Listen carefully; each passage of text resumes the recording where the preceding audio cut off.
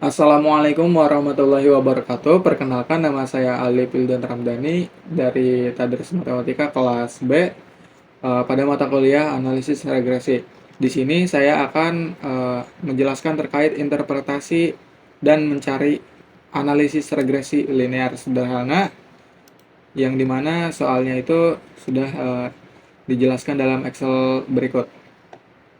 Eh, saya sudah download Excelnya, lalu di sini kita akan mencari data interpretasi output dari Excel terlebih dahulu ya.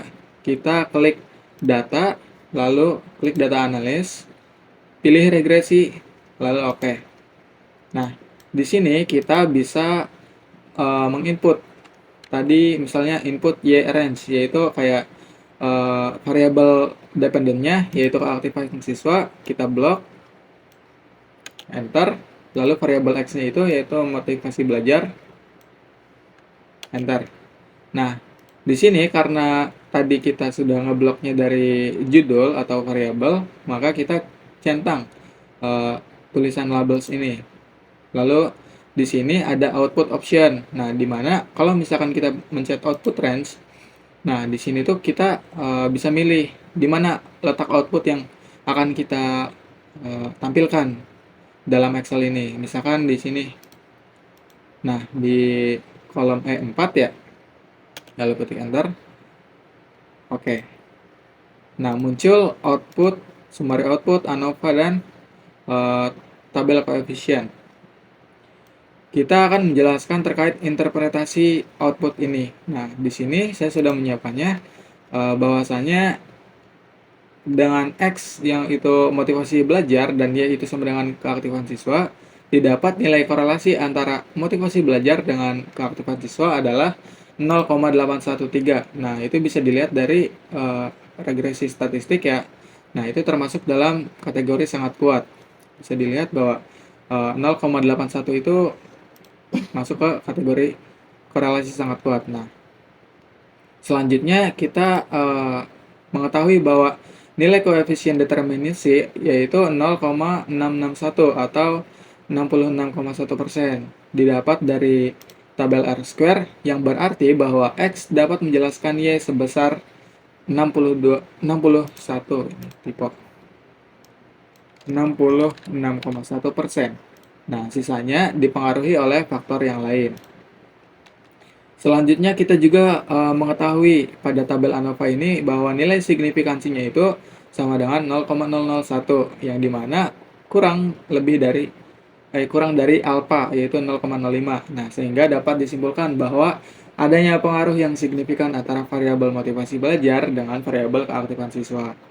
Nah, lanjut ke tabel koefisien, kita mendapatkan nilai intercept dan nilai koefisien motivasi belajar, yang dimana yang kita ketahui tentang rumus atau bentuk umum analisis regresi sederhana yaitu Y sama dengan A ditambah BX. Nah, diperoleh A-nya itu intercept yaitu 35,42, lalu B-nya itu slope atau nilai koefisien dari variabel X yaitu negatif 0,511.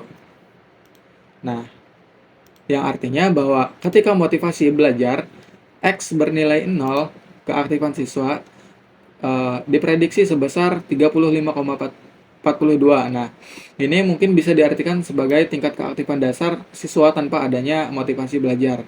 Nah, adapun koefisien regresi negatif menunjukkan bahwa ada hubungan terbalik antara motivasi belajar dan keaktifan siswa, yaitu untuk setiap peningkatan satu satuan dalam motivasi belajar, keaktifan siswa diprediksi akan menurun sebesar 0,511 satuan.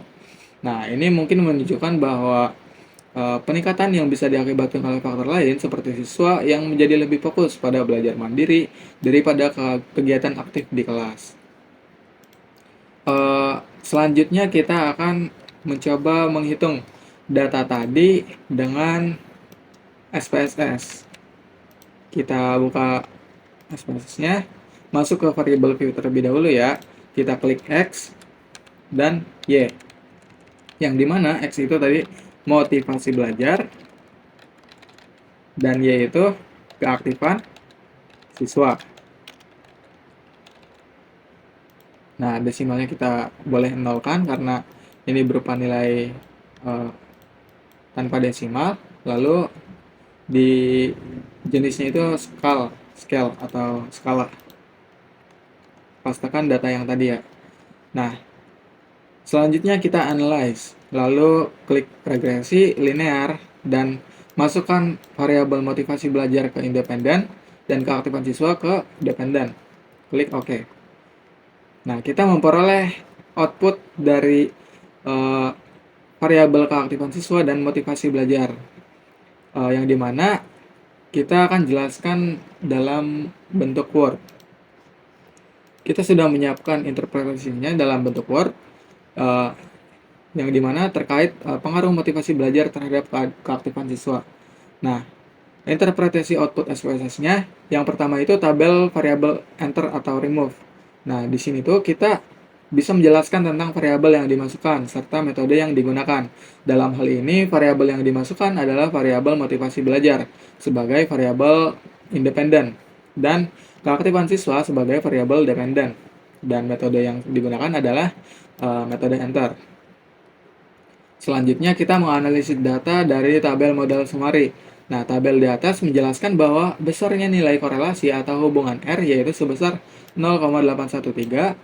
Dari output tersebut diperoleh koefisien determinasi atau R square sebesar 0,661 yang mengandung pengertian bahwa pengaruh variabel independen terhadap variabel dependen adalah sebesar 66,1%.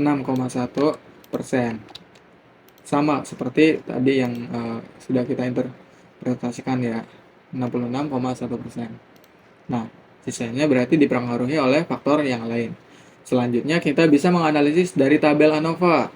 Nah, dari output tersebut diketahui bahwa nilai F hitung sama dengan 19,52 dengan tingkat signifikansi sebesar 0,001, yaitu kurang dari 0,05 atau nilai alfa.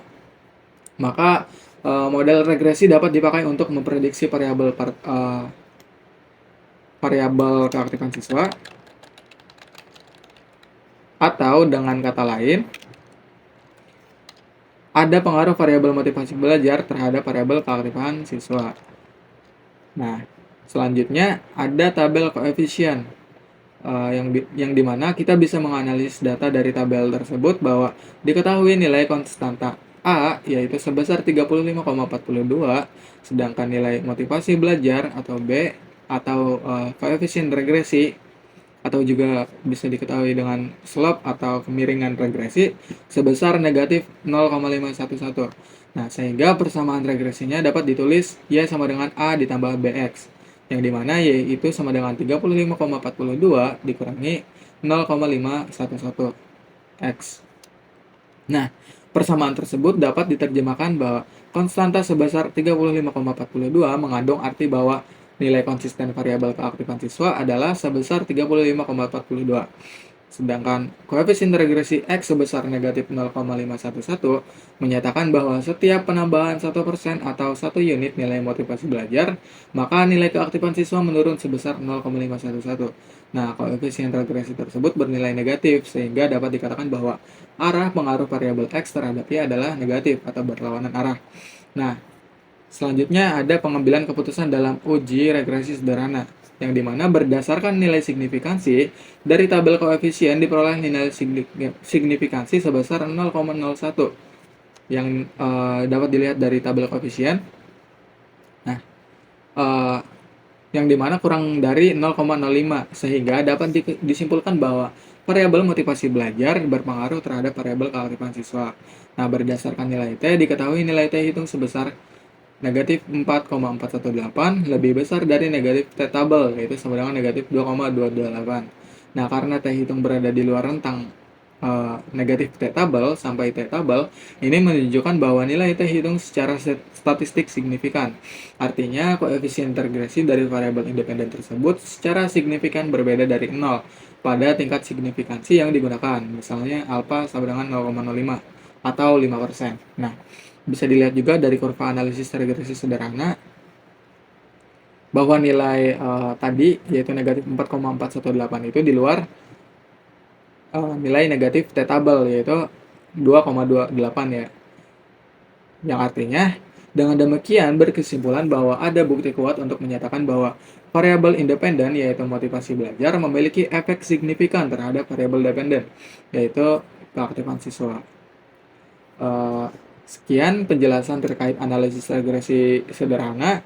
Kurang lebihnya mohon maaf. Wassalamualaikum warahmatullahi wabarakatuh.